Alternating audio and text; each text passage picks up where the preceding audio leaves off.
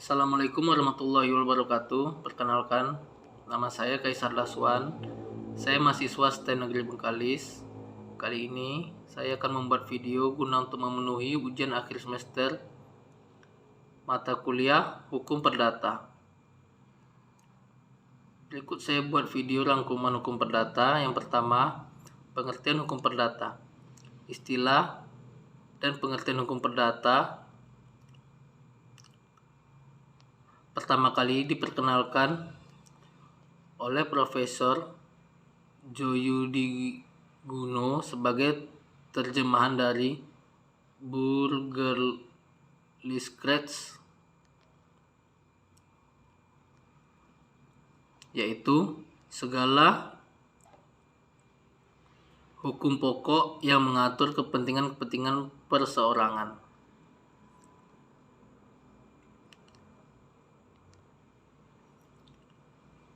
Yang kedua, hukum orang. Hukum orang adalah keseluruhan kaidah hukum yang mengatur tentang subjek hukum dan wewenangannya, kecakapannya, domisili, dan catatan sipil. Pengertian wewenang adalah hak dan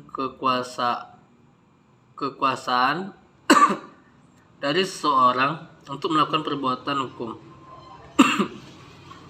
Pada dasarnya, semua orang mempunyai hak, namun tidak semua orang mempunyai kewenangan hukum atau hak kewajiban. Orang yang berwenang untuk melakukan perbuatan hukum adalah orang yang sudah dewasa atau sudah kawin.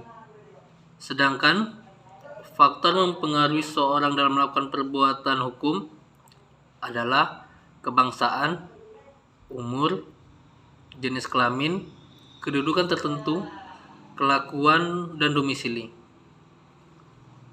Wewenang seseorang dalam hukum dapat dibedakan menjadi dua, yaitu wewenang untuk mempunyai hak dan wewenang untuk melakukan perbuatan hukum dan faktor-faktor mempengaruhinya.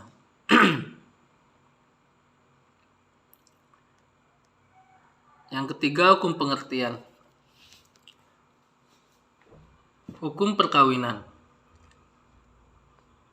Pengertian perkawinan menurut pasal 1 Undang-Undang Perkawinan yang menyatakan bahwa perkawinan ialah ikatan lahir batin antara seorang pria dengan seorang wanita sebagai suami istri dengan tujuan membentuk keluarga atau rumah tangga yang bahagia dan kekal berdasarkan ketuhanan yang Maha Esa. Perkawinan menurut KUH Perdata merupakan hubungan keperdataan saja, sedangkan perkawinan menurut Undang-Undang Perkawinan merupakan ikatan lahir batin berdasarkan ketuhanan yang Maha Esa. Sejalan dengan itu, pasal 2 Ayat 1 Undang-Undang Perkawinan menyatakan bahwa perkawinan adalah sah apabila dilakukan menurut hukum masing-masing agamanya dan kepercayaannya. Oleh karena itu, perkawinan dapat dianggap sah apabila telah memenuhi aturan atau hukum perkawinan dari masing-masing agama dan kepercayaannya.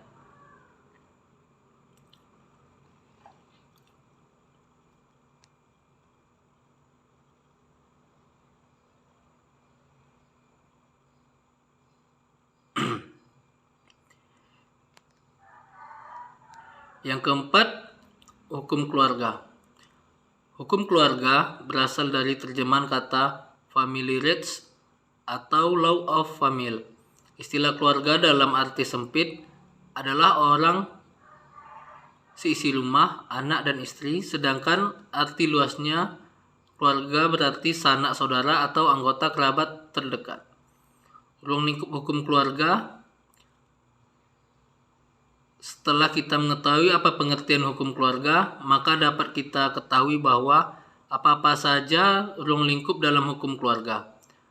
Ruang lingkup dalam hukum keluarga itu meliputi perkawinan, perceraian, harta benda dan perkawinan, kekuasaan orang tua, pengampuan, dan perwalian. Namun, di dalam hukum keluarga hanya difokuskan pada kajian perkawinan, perceraian, dan harta benda dalam perkawinan.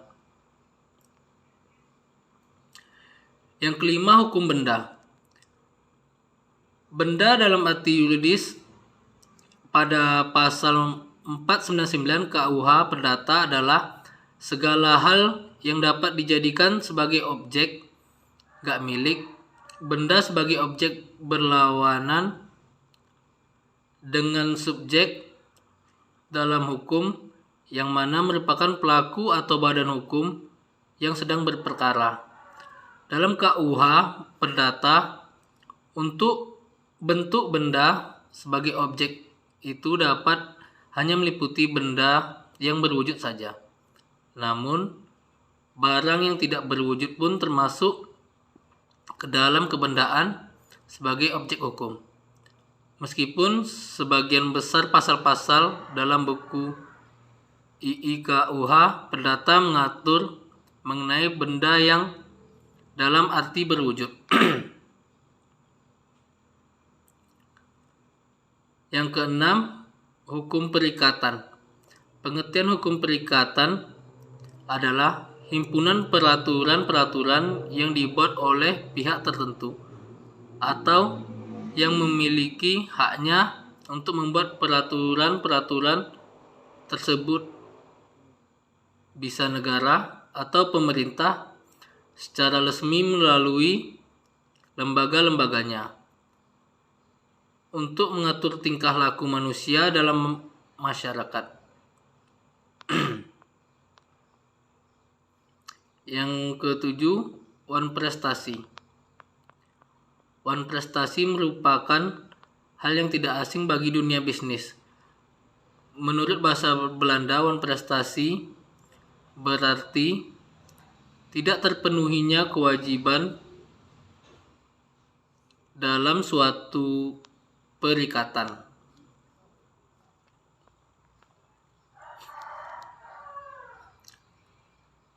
Yang kedelapan,